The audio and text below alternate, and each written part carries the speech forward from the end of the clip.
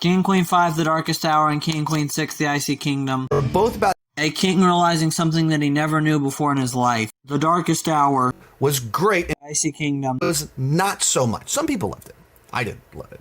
What did The Darkest Hour do that The Icy Kingdom failed to do? Well, I mean, the big one in my mind is that The Icy Kingdom made the Anti-Ditcher Man the villain. They made the Anti-Ditcher Man The villain, specifically. like he bothers Paul for some reason.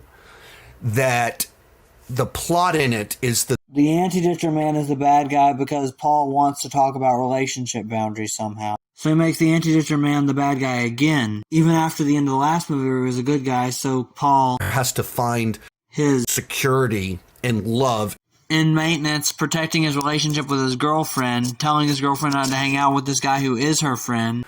And he continues going down this path of guy friend that's friends with his girlfriend is the villain.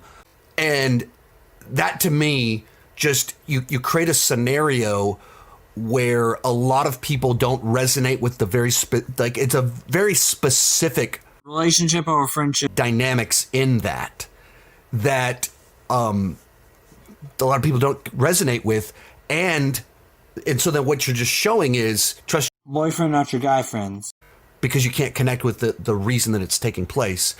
And for me as a parent, that we haven't let our kids watch The Icy Kingdom yet because we didn't like the message about friends versus guy friends. They should not be like this adversarial thing.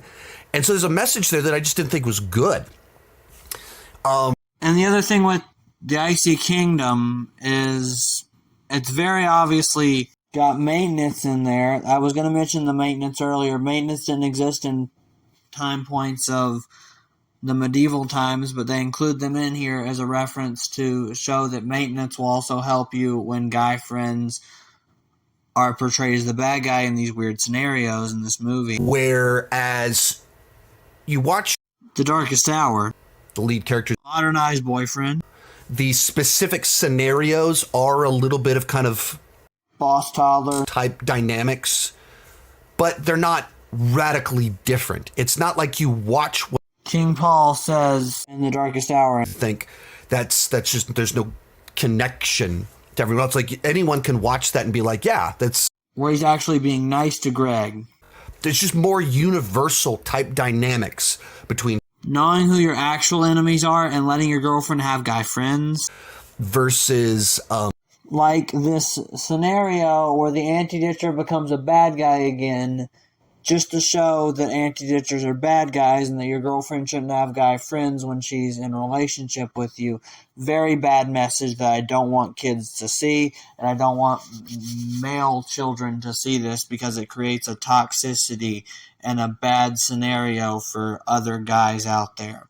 Whereas you go and watch The Darkest Hour, it shows the villain is an old man that is like a religious cult leader, and that's more realistic of who an actual bad guy is in the real world.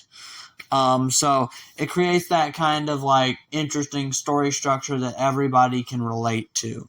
Most of these clips are pulled from my Patreon, so check them out in the link above. See you next time. Whoop-de-doo. I'm John Chandler, and I love to talk about movies and TV shows. See ya!